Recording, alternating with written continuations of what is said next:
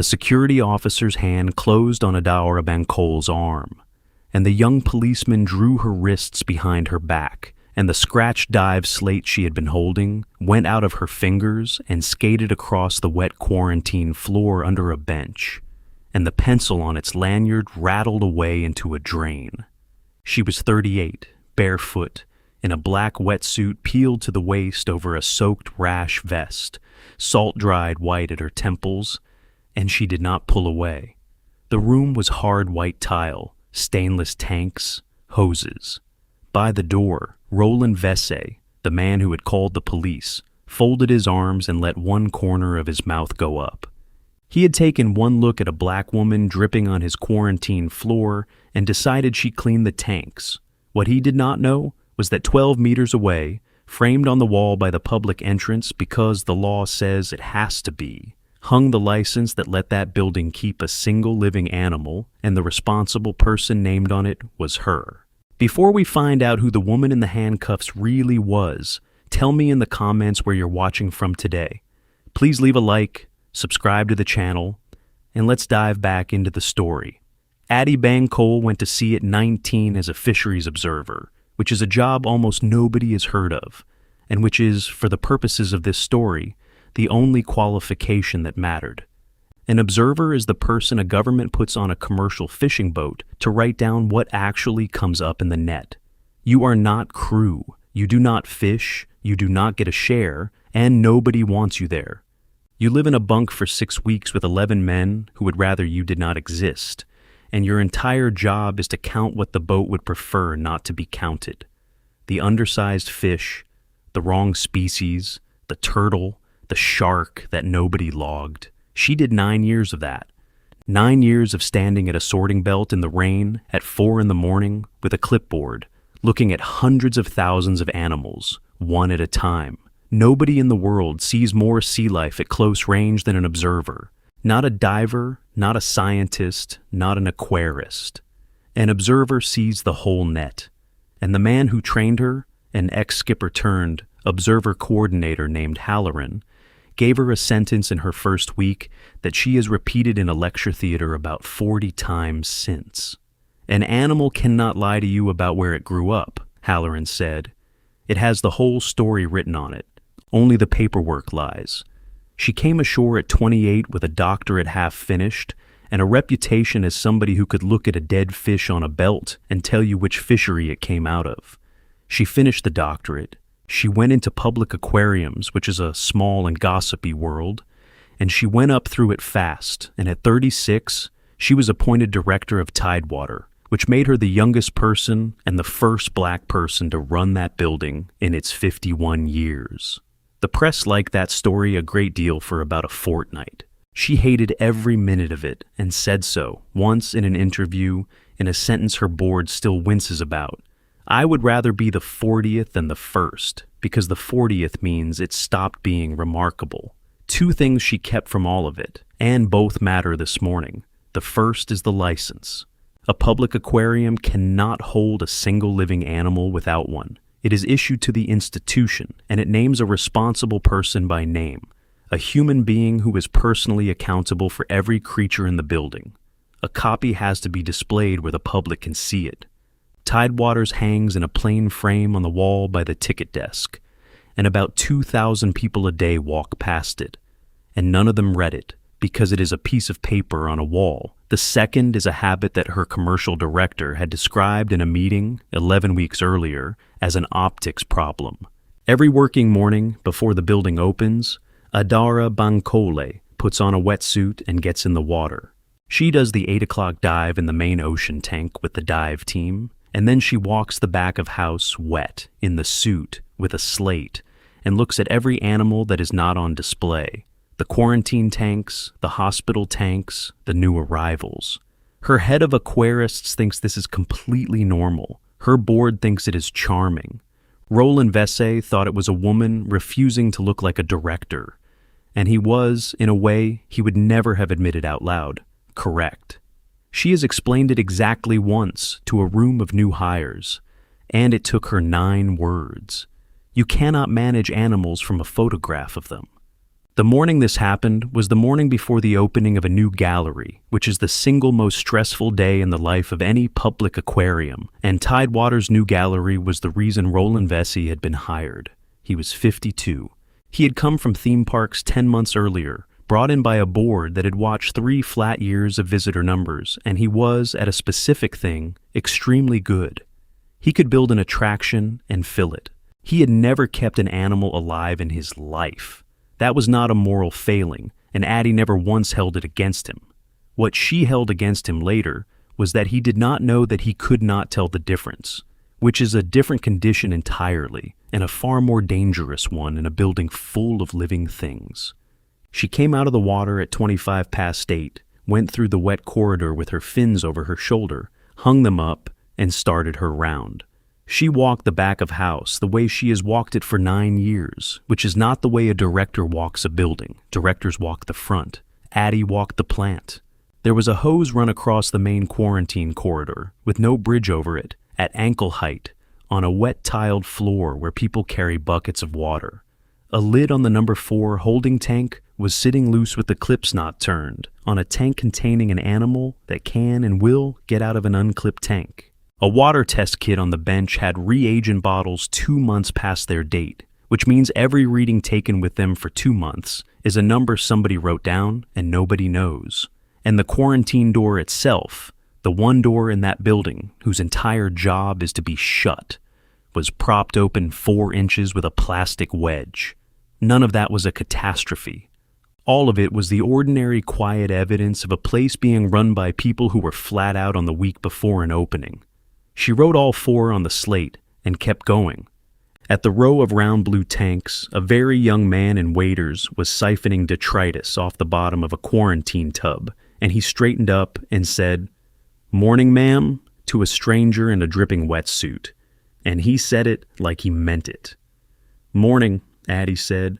"How are the new ones settling?" "They're eating, ma'am." His badge said, K. Asante. He was maybe 19, and he was siphoning correctly, working the tube in slow, overlapping passes instead of chasing the dirt around, which about 1 person in 6 does. Then quicker and a good deal quieter, without looking up from the tube. "Ma'am, if you're here for the opening tomorrow, maybe don't stand at the front of the crowd." Addy looked at him. "Better view from the back," he said, and smiled, and the smile was completely wrong for the sentence. And a curator came past with a clipboard, and the moment closed. She would think about those 15 words for a long time afterward, not because they were dramatic, but because they were what was left of a young man's courage after somebody had spent 11 days sanding it down. He could not say what he knew, so he said the smallest true thing he could get away with, to a stranger, in case it helped. Addy walked down to the end tank. The new gallery had cost $4 million, and it had one headline exhibit: 9 large reef fish of a species that Tidewater had never held, arriving as a group, going into the display at 9 o'clock that morning so that they would be settled and feeding by the time the press came through at 11. They were in the last 2 quarantine tubs, and she leaned over the first one and put her hands on the rim and looked down into the water. And the morning changed inside 4 seconds. Now, before I tell you what she saw, I have to explain the one thing this whole story rests on, and it takes 90 seconds. There are 2 kinds of animal in a public aquarium. There are animals that were bred in captivity, hatched in a tank, raised in a tank, that have never in their lives been in the sea. And there are animals that were taken out of the ocean. Both can be legal. Which one you have is written on a permit in a folder as a single letter code: C for captive bred, W for wild. The difference matters for 3 reasons. It matters ethically. It matters commercially, because captive bred animals cost 3 to 8 times more. And it matters legally, because for a protected species, the wild trade is controlled by an international convention. And moving a wild-caught protected animal across a border on a permit that says captive bred is not a paperwork error. It is wildlife trafficking, and people go to prison for it. Here is the part that Roland Vesey did not know, and that Addy Bankole had spent 9 years on a sorting belt learning. The animal knows, A fish that grew up in a tank has never touched a net. It has never hit a wall it could not see, never been crowded, never been lifted out of water in a mesh bag by a diver in a hurry.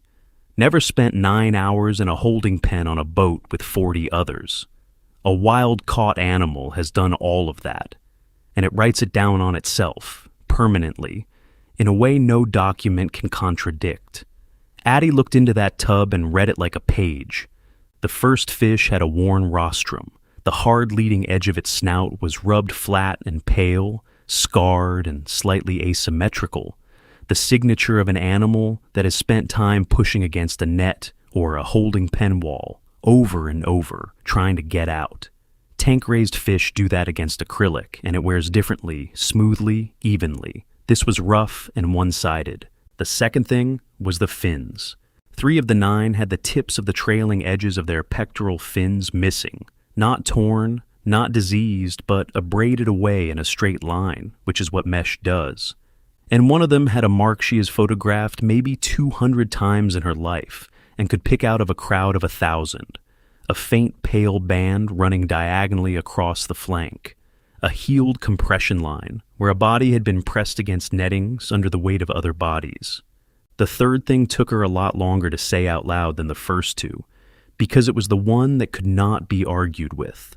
She got the little plastic species key off the lanyard round her neck, turned it over, and used the edge of it to tip the head of the nearest animal a few degrees under the light. And there on the gill cover, small and unmistakable, was a parasite, a monogenian fluke. A specific one, with a specific life cycle, which cannot complete that life cycle in a closed recirculating system, which is precisely why it is one of the first things a quarantine protocol looks for. It is an ocean animal. You do not get it in a hatchery. There is no route by which an animal born in a tank in a building acquires it. And the fourth thing was arithmetic. She looked at the size of them and did the sum that any curator can do in their head. 9 animals, all of them large, all of them within a narrow size band. Captive-bred stock of that species comes out of hatcheries and cohorts, and the survivors go out at a fraction of that size.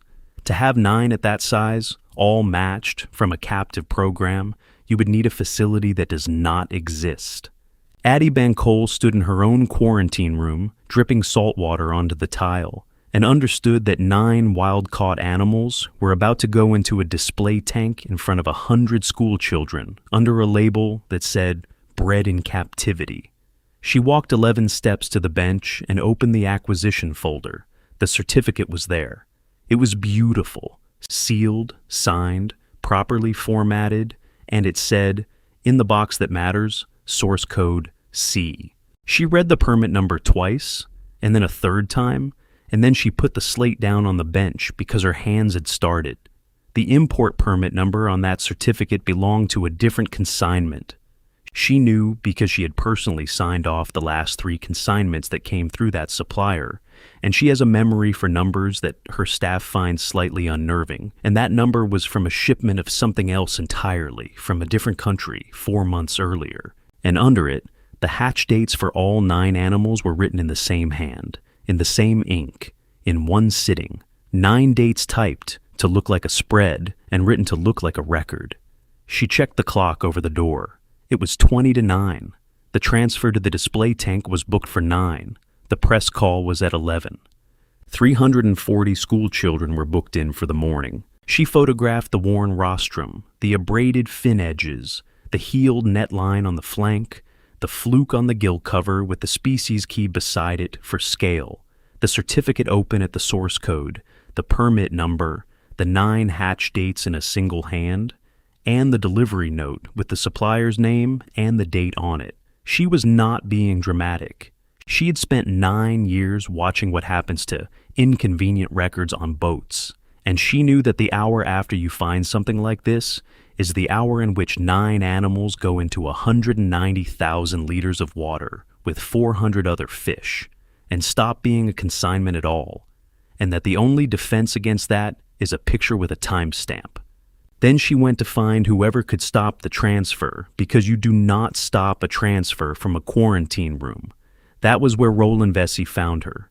What Vesey saw was this: a black woman in a dripping wetsuit peeled to the waist, barefoot on his quarantine floor, 20 minutes before a transfer, holding a phone over his £4 million headline exhibit. I want to be accurate about Roland Vesey, because the accurate version is worse than the cartoon. He was 52. He had never in his life said an ugly word about anybody, and would have been genuinely and expensively offended to be accused of it. He had personally approved a poster campaign about the aquarium's outreach work in 3 languages. What Vesey had was a sorting system, and in a building like that one, it runs on wet and dry. In his head, there were people in offices and people in waiters. The people in waiters were a rota. They were interchangeable. They smelled of fish. And their opinions were a subject on which he had never in 10 months asked a single question. He had never said that out loud. He had simply run 10 months of an aquarium on it. He had moved the aquarist briefing to after opening. He had taken the curators off the supplier approval chain. And he had introduced a rule that any operational concern that could reach a board member or a sponsor came through him first. And every single person in that building had learned the shape of it inside a fortnight. And a black woman dripping on his tile in a wetsuit was not, in Roland Vesey's head, a person with a reason. She was a category with a problem attached. Whoa, whoa. He came through the prop door fast, in a suit and rubber overshoes. Put the phone away. You cannot photograph in here. Who are you with? Addy set the phone down on the bench, face up, still recording, which is a detail that mattered later. Good morning, she said. I need whoever can stop the 9 o'clock transfer. Is that you? That question did more to Roland Vesey's face than anything anybody else said that morning. It is on 3 cameras. Who are you with? I'll answer that in a second. 3 questions first, and then this gets very simple. You need to be out of this room. 1. She held up one wet finger. Those 9 animals are wild caught. Worn rostra, abraded fin edges, a healed compression line from netting on the flank of the second one, and a monogenian fluke on the gill cover of the 4th. That parasite cannot complete its life cycle in a closed system. It has to have come out of the sea. Something went across Roland Vesey's face. It was fast, and it was not confusion. 2. She did not raise her voice at all. The certificate in that folder says source code C, captive bred. The import permit number on it belongs to a different consignment, from a different country 4 months ago. I signed the last 3 from this supplier, and I know that number. I am calling security. 3. She nodded at the folder.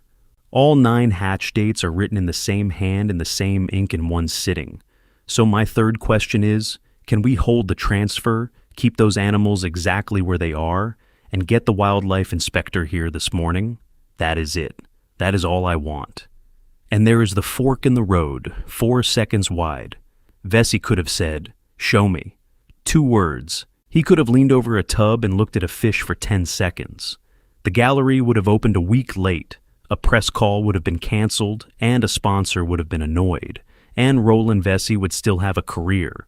But Vesey had made the decision that mattered 11 weeks earlier at a desk, and every choice after that was just the bill arriving. The original supplier, the expensive one, the one with the captive breeding program and the audited chain, had quoted a lead time of 9 months and a price that ate 1/3 of the gallery budget.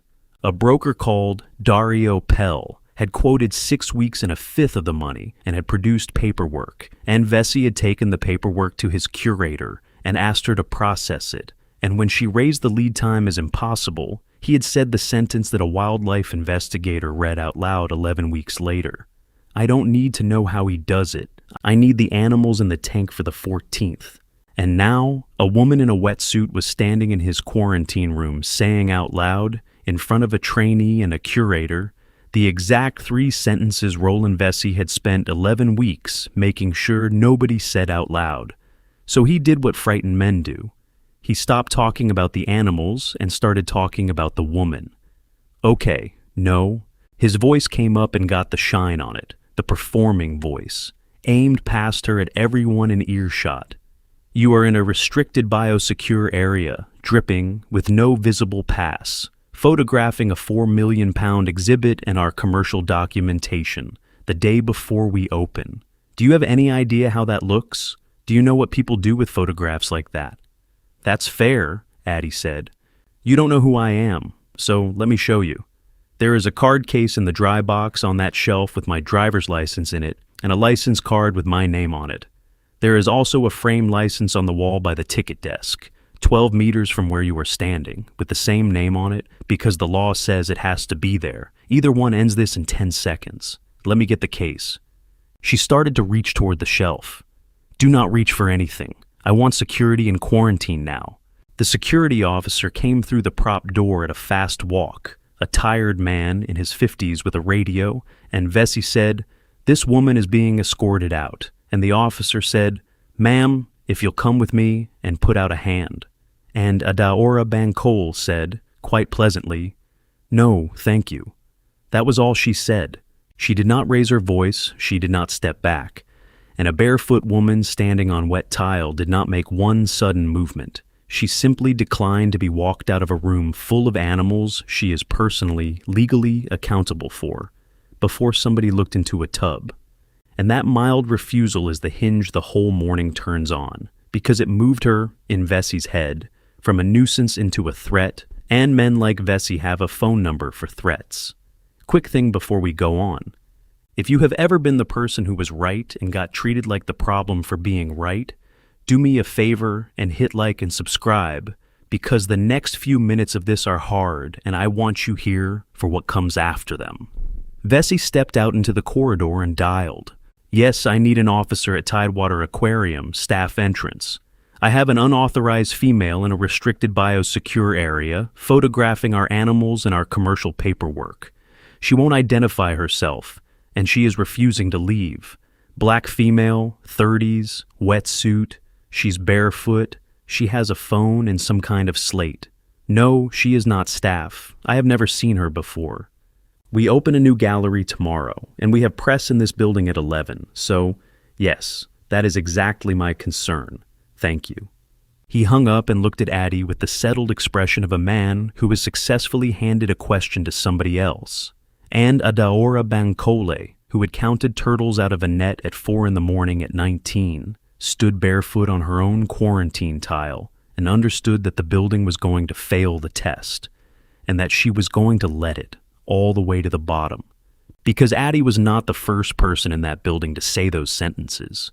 She was just the first one Vesey could not take off the rota. Kofi Asante was 19, and he had been an aquarist trainee for 6 months. He had grown up 11 stops down the line, had come on a school trip at 8, and had never really left. And he had applied 4 times before he got in. He was doing a part-time animal management course 2 evenings a week and paying for it out of a wage that does not cover it. He was good. Trainees are not furniture. They are the people whose hands are in the water more hours a day than anybody's, which is why the good ones sometimes know things about an animal that nobody with a spreadsheet does. 11 days before all of this, Kofi had helped unload the consignment.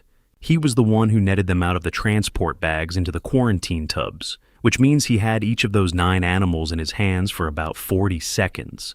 And he had noticed inside about 4 of them, because in month 2, his supervisor Marnie Kell had spent an afternoon teaching him exactly this: how to tell. He wrote it up.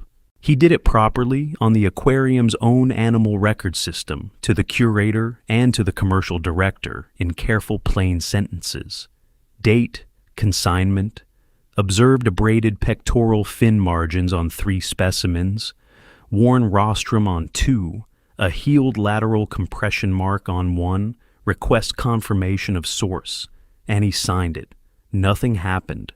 6 days later, he found the fluke on a gill cover during a routine check and filed a second one with a photograph, and added 1 line at the bottom that a wildlife investigator would later read out loud twice. This parasite is not consistent with a closed system origin. That afternoon, Roland Vesey came down to the wet corridor and found him, and he was extremely pleasant, and he stood with his hands behind his back so the whole thing looked like a chat. "Kofi, can I give you some advice? Because you clearly love this place, and I would hate to watch you make an unforced error. Kofi said, "Okay. Source verification is a legal process handled by our curatorial team and by the supplier's own certification, and it is signed off before an animal is ever in a crate." He said it kindly. "What you have done is put two documents into a system that says, in effect, that our curator, our supplier, and my office are all mishandling a protected species. That is not an observation. That is an allegation from a trainee in month 5. And this sector is about 600 people who all know each other. And that record follows you to every interview you ever have." He let it sit. "Nobody's threatening anybody," he said warmly. "I'm telling you how a file reads." Kofi said quietly that the fluke could not have come from a tank. "You saw a parasite," Vesey said. "Animals get parasites. Let the people who sign the permits worry about the permits." 4 days later, the rota came out and Kofi Asante had lost 2 shifts. Not fired, not written up. 2 shifts, which for a 19-year-old paying for his own course is about 160 pounds and the entire message. That is what he would say 11 weeks later to a wildlife crime officer with a recorder on the table, and it is the most damning sentence in the whole file. He never actually said he'd get rid of me. He put my name and the rota in the same conversation and let me do the rest myself.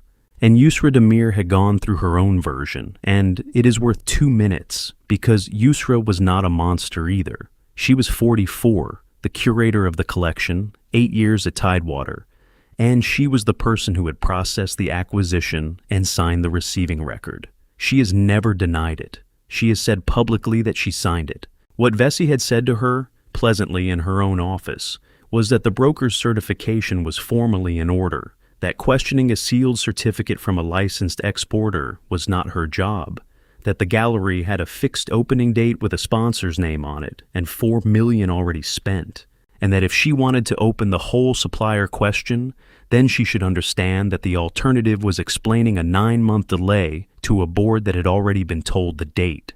She flagged the lead time. She did that. There is an email. What she did not do was refuse, and what she has said since, in public, at a conference, in front of 300 people, is the sentence that got quoted everywhere. I was the last human being who could have stopped it, and I did not.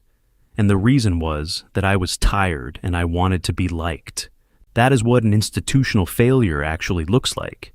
It is never one villain in a room. It is 4 or 5 ordinary people, each with exactly one thing to lose, arranged by a single person who knows precisely what each of those things is.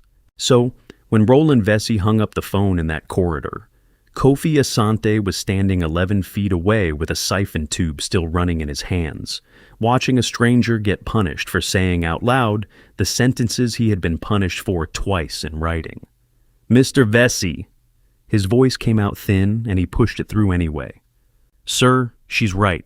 I reported it. Twice on the system, the 2nd and the 8th, with a photo of the fluke. The fins are abraded, sir. I had them in my hands." Vesey turned and looked at him, and his voice went gentle, which was worse than shouting. "Kofi, go and backflush the sand filters, please, now." "Sir, transfers in 15 minutes. The filters."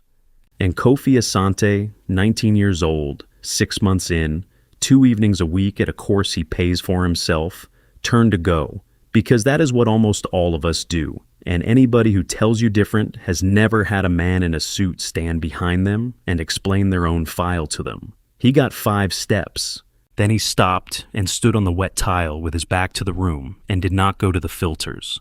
Addy saw all of it, and it told her more about what had happened to her building in 10 months than any board pack ever had.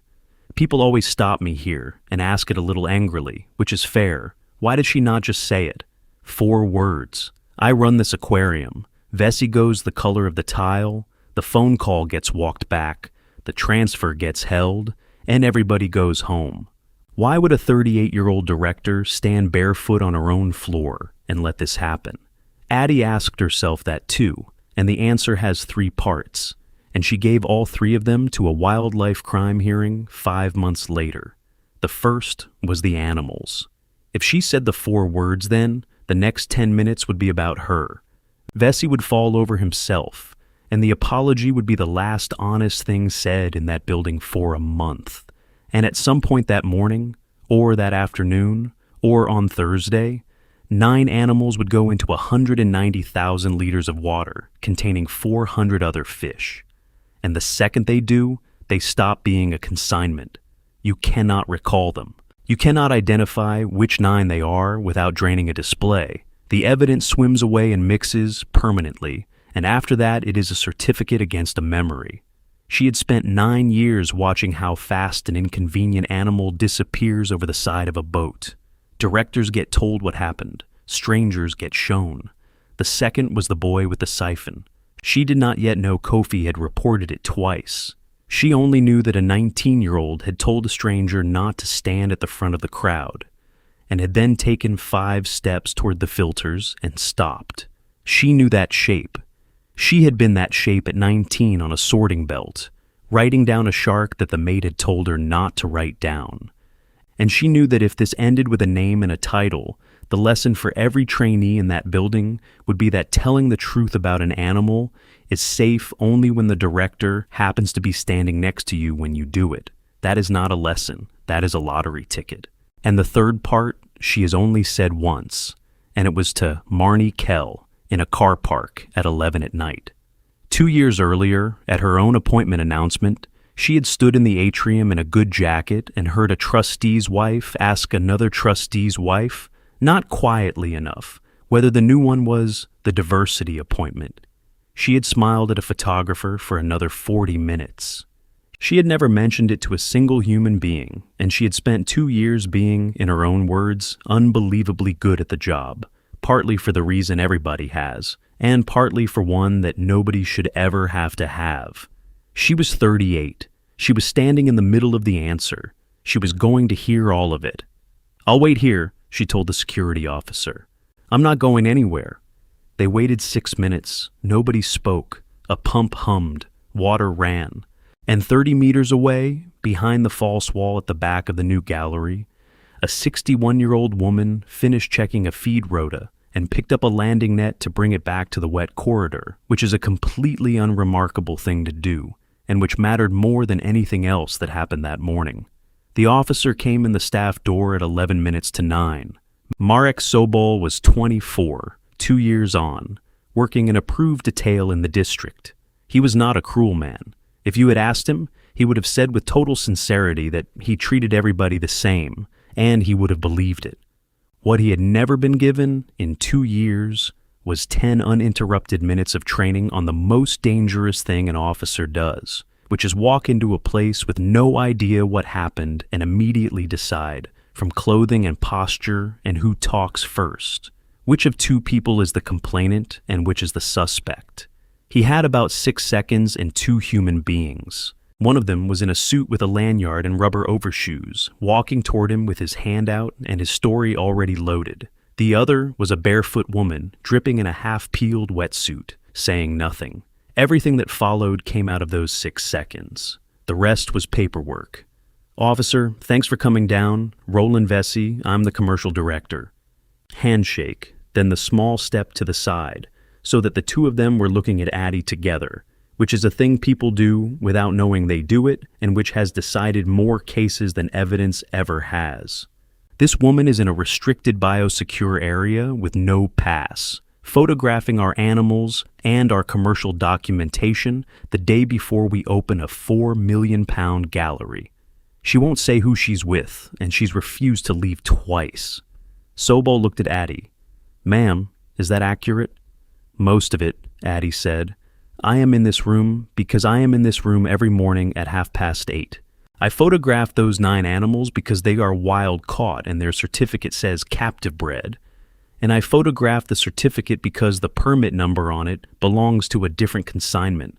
They go into a public display in 11 minutes. Her hands were open at her sides and had not moved once since he walked in. "Officer, my name is Dr. Addy Bankole. There is a dry box on that shelf with a card case in it, containing my driver's license and a license card with my name on it. There is a frame license on the wall by the ticket desk, 12 meters that way, with the same name on it as the person legally responsible for every animal in this building, and it is displayed there because the law requires it. Either one answers your question in about 4 seconds. May I get the card case? That is, in the plainest terms available, a woman offering a police officer the solution to the entire problem, out loud, with her hands where he could see them and pointing at a wall. Ma'am, do you have anything on you? I am wearing a wetsuit and nothing else. There is a dive knife in the box on that shelf, which is where it lives, and I am telling you that now before you ask, and I am not going near that shelf. Do you work for this aquarium? I run it, said Addy.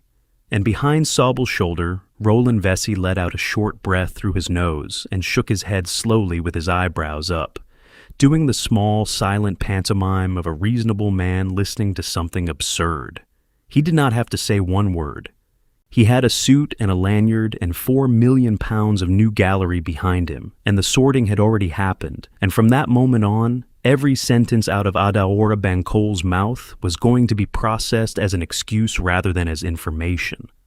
She does not run this aquarium, Vesey said. I have never seen this woman before in my life. That part, at least, was completely true. Ma'am, put the slate down and step back from the bench. I'm going to lower it to the bench with my left hand, Addy said. Slowly. I'd like you to watch my hands the whole way so there's no confusion, all right? She brought her left hand across. Hands, ma'am! Hands where I can see them. I want to be fair to Officer Sobol, so here is his version. A commercial director had told him this woman was an intruder in a restricted area, photographing a valuable exhibit. He had told her to put the object down, and she had begun to move it. She had just told him there was a knife in the room. He saw a hand move. In the language he was trained in, that is a furtive movement, and furtive movement is the phrase that turns a mistake into a policy. And here is the other version. A woman had just told him, out loud, unprompted in advance, exactly what was in the room and exactly what her hand was going to do and why, and had pointed at a wall 12 meters away with her own name framed on it. And Sobel did not listen, for precisely the same reason Vesey did not lean over a tub, and a curator signed a receiving record she did not believe, and 2 reports went into a system nobody read. 4 separate times, over 11 days, it was faster to trust a label than to check a fact. The dive slate went out of her hand and hit the wet tile and skated a long way, the way things do on a floor with a film of water on it, and stopped under a bench. The pencil on its lanyard whipped after it and dropped through the grating of a floor drain. You're not under arrest, ma'am. You're being detained. I understand, Addy said, and her voice did not change at all, and that is the thing everybody who was there remembers. It did not change. The cuffs went on behind her back, and they went on tight. 1 click pass necessary, out of the small performing competence of a young officer with an audience. Her wrists are narrow, and there was still salt water on them. 40 minutes later, there would be 2 red bands across them that took 2 days to fade, and a photograph of a marine biologist's cuffed wrists over a peeled-down wetsuit would end up in an internal affairs file, and, 5 days later, on the front of 2 national papers. They walked her out through her own building. She was not dragged. Nobody hit her. It took 2 minutes and she was barefoot the whole way, leaving wet prints on the tile and then on the polished concrete of the public floor because nobody offered her her shoes and she did not ask. They took her out through the atrium because the staff corridor was blocked with the transfer trolley, and the atrium at 9 o'clock on a school day is not empty. There were about 80 children in 2 lines against the wall with their coats still on, and 2 teachers, and all of them went completely silent at once, which is a sound Addy has described since as the worst part of the entire morning. And they walked her past the ticket desk, on the wall beside which, in a plain black frame at eye height, exactly where the law says it has to be, hung the license that allows Tidewater to hold living animals, with a photograph and a name on it. Not one person in that procession read a single word of it. Kofi Asante had not gone to the filters. He came out into the wet corridor with his heart going like a bird in a box, and he thought about a man standing behind him explaining his own file to him, and about 2 shifts, and about a fluke on a gill cover, and then he took his phone out and turned it sideways and pressed record. His hand shook so badly that the first 4 seconds are unusable. He got the rest. He got the cuffs. He got the slate under the bench, and he did the thing a wildlife crime officer later described as the single most useful act by any individual in the whole case.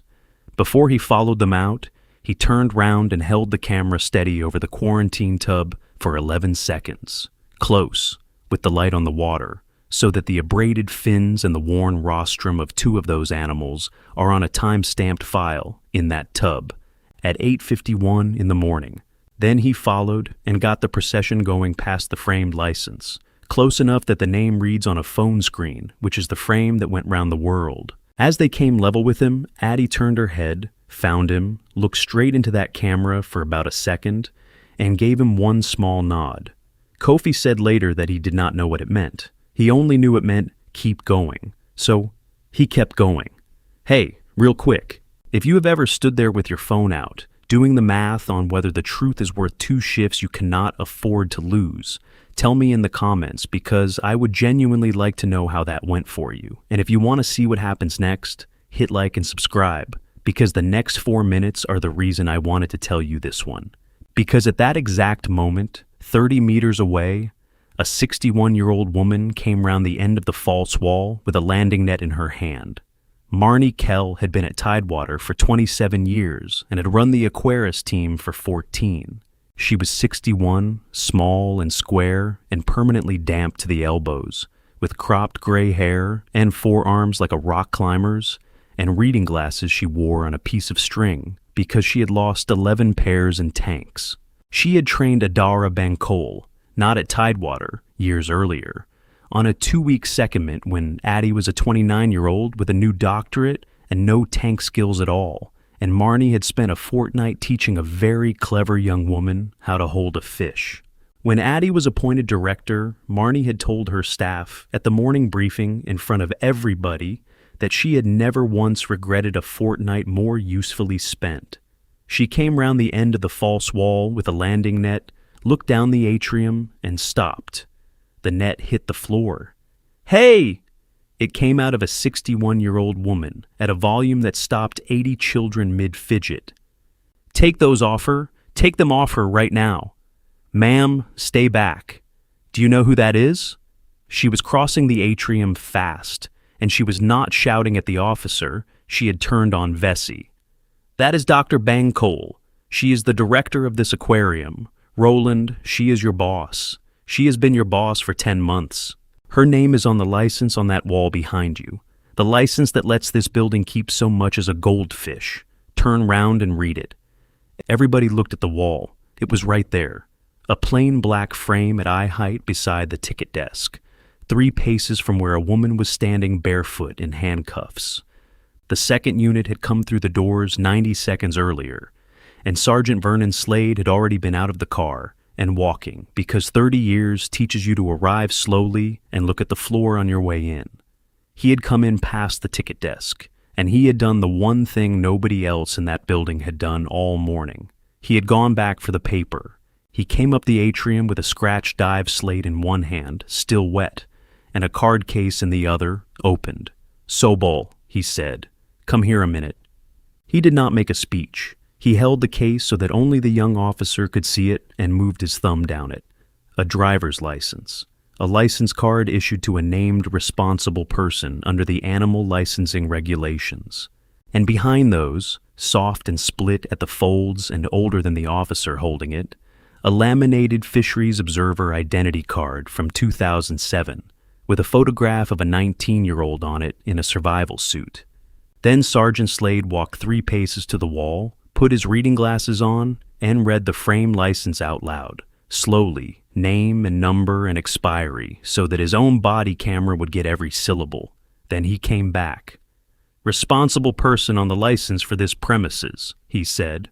"Same name on the driver's license, same face." He tipped his head an inch at the wall. "Same name as the frame license on that wall, which is the document that lets this place operate. She said she runs it, and the director said, 'She told you what was in the room before she reached for anything,'" Slade said. It's all on your camera. Take them off." The cuffs came off in the atrium of Tidewater at 4 minutes to 9 in front of about 80 school children, 2 teachers, and 40 staff. Addy brought her hands around in front of her and turned them over, and there were 2 red bands across her narrow wrists, the skin white at the edges. Marnie Kell took off her own fleece and put it round Addy's shoulders over the wetsuit, which is on the video, and which is the reason a photograph of a 61-year-old woman in a wet t-shirt ended up being printed in 3 countries. "Dr. Bankole," Slade said, "my body camera is running, and I want this in the file. I'm sorry. This was handled wrong from the first minute, and I am going to document it that way." "Thank you, Sergeant." Addy flexed her fingers a few times to get the blood back into them. Then she looked at the clock over the ticket desk. It said 08:56. "Sergeant, I need one thing before anything else, and I need you to say it out loud on that camera, because I am a woman who was in handcuffs 90 seconds ago, and nobody in this building is going to move fast for me. The 9 animals in quarantine tubs 4 and 5 do not move. Not into the display, not into another tub, not anywhere. Nobody nets them, nobody bags them, nobody touches the water. If they go into that display, they mix with 400 other fish, and there is no way on earth to tell you afterwards which 9 they were." Slade looked at her for 1 second, then keyed his radio, and then said it again out loud for the camera. "Marnie," said Addy, "lock quarantine. Then get me the wildlife inspector, and then get me the curator." Then she turned around. Roland Vesey was standing very still with his mouth slightly open. He had aged about 10 years in 3 minutes, and he was already visibly assembling a sentence. "Dr. Bankole, Adaora, I want to be absolutely clear that I had no idea who—" "Not yet," she said. She was already walking back toward the wet corridor, barefoot, in a borrowed fleece, and everybody in that atrium, including 2 police officers and 80 children, found themselves watching her go. "There are 9 animals in this building that somebody took out of the sea and lied about. We are going to deal with them first, then we will deal with you. What happened in that quarantine room over the next hour was not revenge, and I want to be precise about that, because people always want the next part to be revenge and it never is, and the reason the real thing is better is that revenge ends, and this did not. The transfer was canceled at 4 minutes to 9. The gallery opening was canceled at 9:15.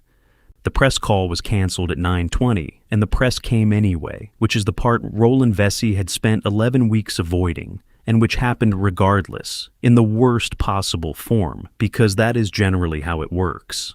Then Addy did the thing that finished him, and she did it barefoot, in a wetsuit and a borrowed fleece, without raising her voice once. She got everybody into the quarantine room. 2 police officers, the wildlife inspector who arrived at 9:10, the head of aquarists, the curator, 4 aquarists, a trainee with a phone, and Roland Vesey, who had to be told twice. She put a hand on the rim of tub 4. "Everybody look in here, not at the folder, at the animal. This will take 4 minutes, and then you can all do it for the rest of your lives." She netted the first fish gently into a clear inspection box and held it up so the light came through the water. "Look at the front of the head. That hard leading edge is called the rostrum. On a fish that grew up in a tank, it wears smooth and even because it bumps acrylic, which is flat and doesn't move. On this one, it is rubbed rough and it is worn more on one side than the other, which is what happens when an animal pushes against something that gives a net or a holding pen over and over for days." She turned the box. "Now, the pectoral fins. 3 of these 9 are missing the tips of the trailing edges, not torn, not diseased. Abraded off in a straight line, which is mesh." She moved to the second animal and rotated the box slowly. "And this one has a pale band running diagonally across the flank. That is a healed compression mark. That is where a body was pressed against netting under the weight of other bodies for long enough to damage the scales." Then she picked up a hand lens and asked the inspector to come closer, and lifted the gill cover of the 4th animal with the edge of a plastic species key. "And this is the one that cannot be argued with. That is a monogenian fluke. It has a life cycle that requires an open system. It cannot complete that cycle in a closed recirculating hatchery. There is no route by which an animal born in a tank in a building has this on its gill. Not one. Nobody said anything. A pump hummed. She dried her hands on the fleece and opened the folder on the bench. And here is the paperwork. Source code, C, captive bred. Beautiful certificate, properly sealed. She turned it round. And this permit number belongs to a different consignment from a different country 4 months ago. And I know that because I signed the last 3 from this supplier. And these 9 hatch dates are written in one hand, in one ink, in one sitting. She closed it and handed the whole folder to the inspector without being asked. Then she turned to Vesey. "You knew," she said, and it was not loud, and it was not a question. "You did not catch anything, and you did not forge anything, and I do not think you have ever knowingly broken a law in your life. 11 weeks ago, you were quoted 9 months and a third of your budget by a supplier with an audited breeding program, and 6 weeks and a fifth of the money by a broker, and you took the second one. And when your curator told you that lead time was impossible, you told her you did not need to know how he does it. You needed the animals in the tank for the 14th. That sentence is in an email, and in about 4 hours an inspector is going to read it out loud. That was a procurement decision made in good faith on certified. I don't think you did this because you hate anybody," Addy said, and that stopped him, because it was not what he was braced for. "I think you would pass a polygraph on that, and I think you would be honestly insulted to be asked. You did it because a gallery had an opening date with a sponsor's name on it, and because leaning over that tub for 10 seconds would have obligated you to something, and because the cheapest way in the world to make a question go away is to make the person asking it go away instead. It worked on a curator with 8 years here. It worked twice on a 19-year-old, and it cost him 2 shifts he needed. This morning, you tried it on a woman in a wetsuit, and it very nearly worked, and I want you to stand right there and look into that tub and feel exactly how close that came. If you would let me explain the commercial position." "You are finished here," Addy said. "Effective now. Security will walk you to your office and then off the site. You do not touch a keyboard, a phone, a folder, or a tank on the way. Everything in that office is preserved as of this minute, including your email and the supplier correspondence." And then she turned away from him. And that was the last sentence Addy Bankole ever said to Roland Vesey. And it was not about Vesey at all. Kofi. He came forward with his phone still in his hand and the face of a young man waiting to be fired. "You reported it," Addy said. "Twice, on the animal record system, with a photograph of the fluke, and you were the one who wrote down that it is not consistent with a closed system origin. Where did you learn that phrase?" "Marnie taught me, ma'am, in month 2. "Then that is 2 people in this building who did their jobs."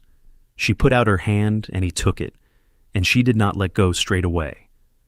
In about 6 weeks, when an investigator asks this aquarium when it was first informed that this consignment might be wild caught, the answer is not going to be this morning at 20 to 9.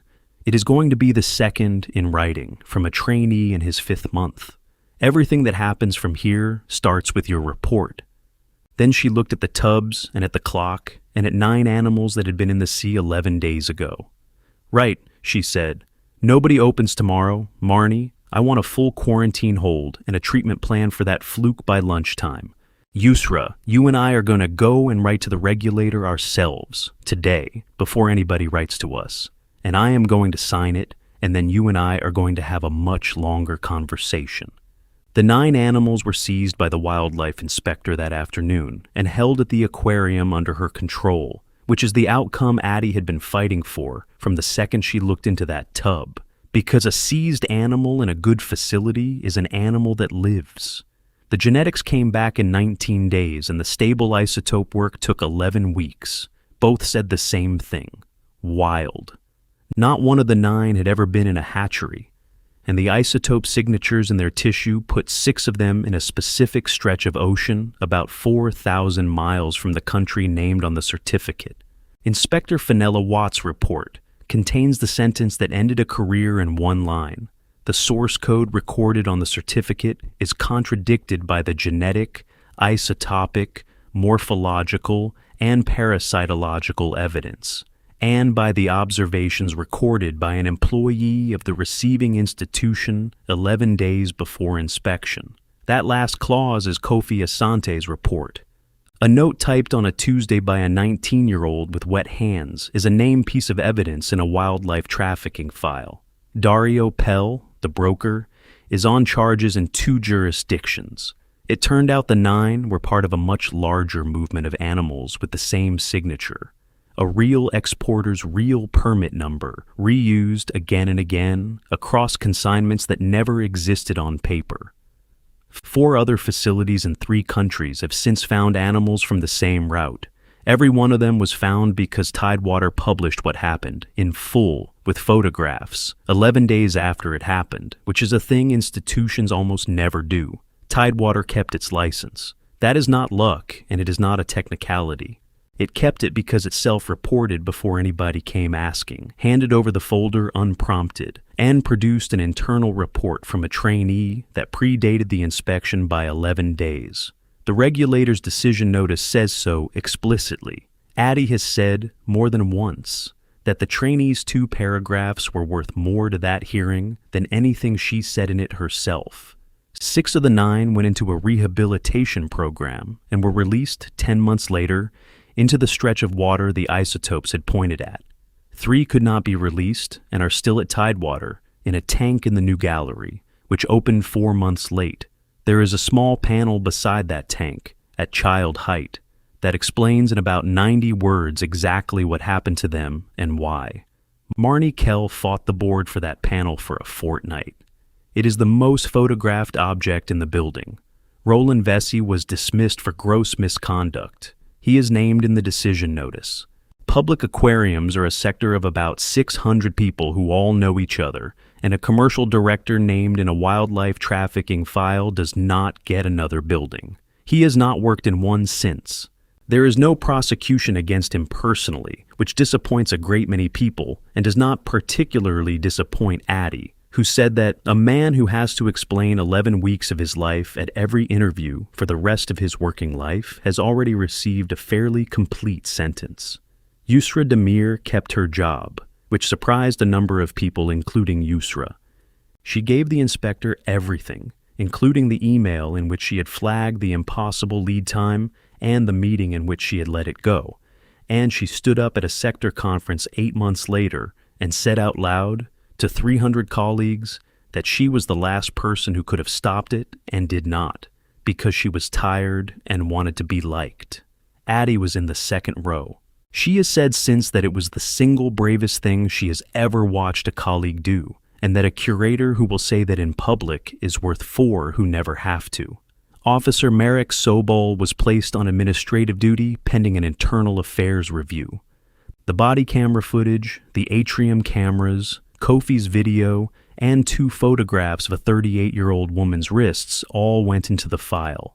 Addy wrote to the department, and her letter did not ask for anybody to be fired. It asked one question: what is the written procedure in this force when a detained person states in advance what is in the room and points at documentation 12 meters away with her own name on it? And why did that procedure not operate here?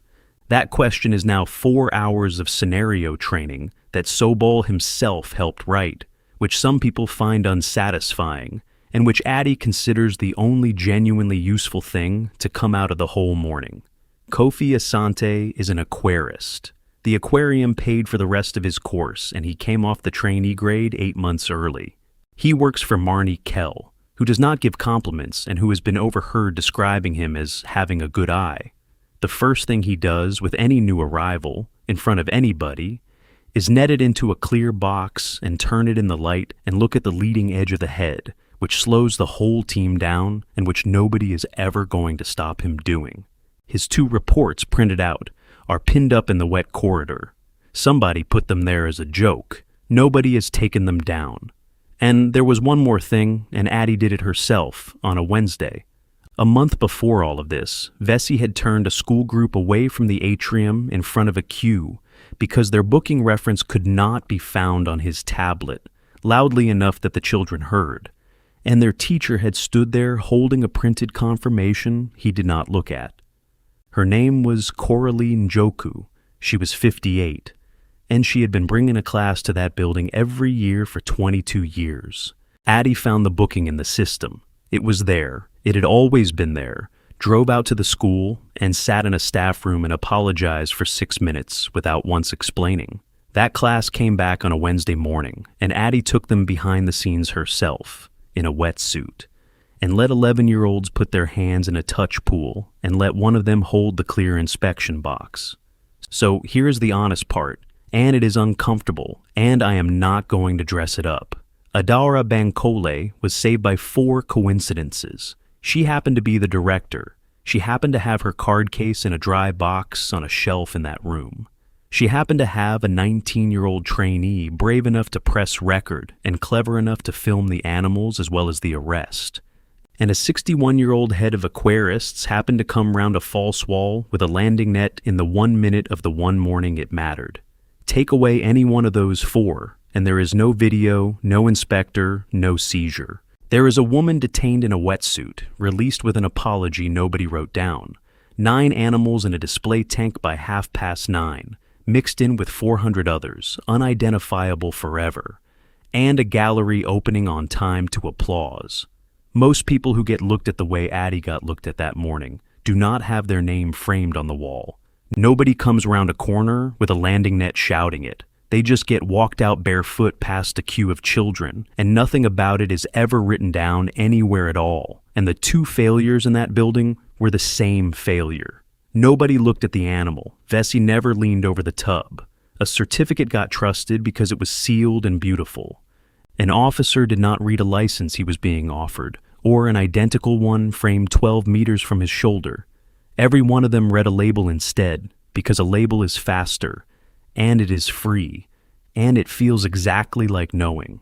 Halloran told me at 19 that an animal cannot lie about where it grew up, and that only the paperwork lies.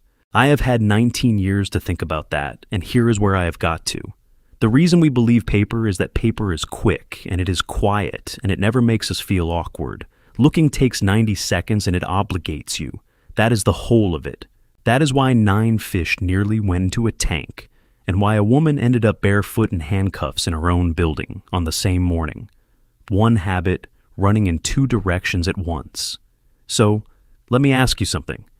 Have you ever been the one who saw it first and got sent to backflush the filters? Have you ever been Kofi, standing on a wet floor with your phone, doing the math on 2 shifts you cannot afford to lose? And be honest with yourself for a second, because I am being honest with myself. Have you ever been the one in the good suit who looked at somebody's clothes and decided in 6 seconds and never checked? Tell me in the comments. I read them, and this one I really do want to hear. If this story meant something to you, please leave a like and subscribe to the channel, because this is what I do here every week. Ordinary people, written off in a few seconds, and what happens when somebody finally looks. Thank you for spending this time with me. Take care of each other, and I'll see you in the next one.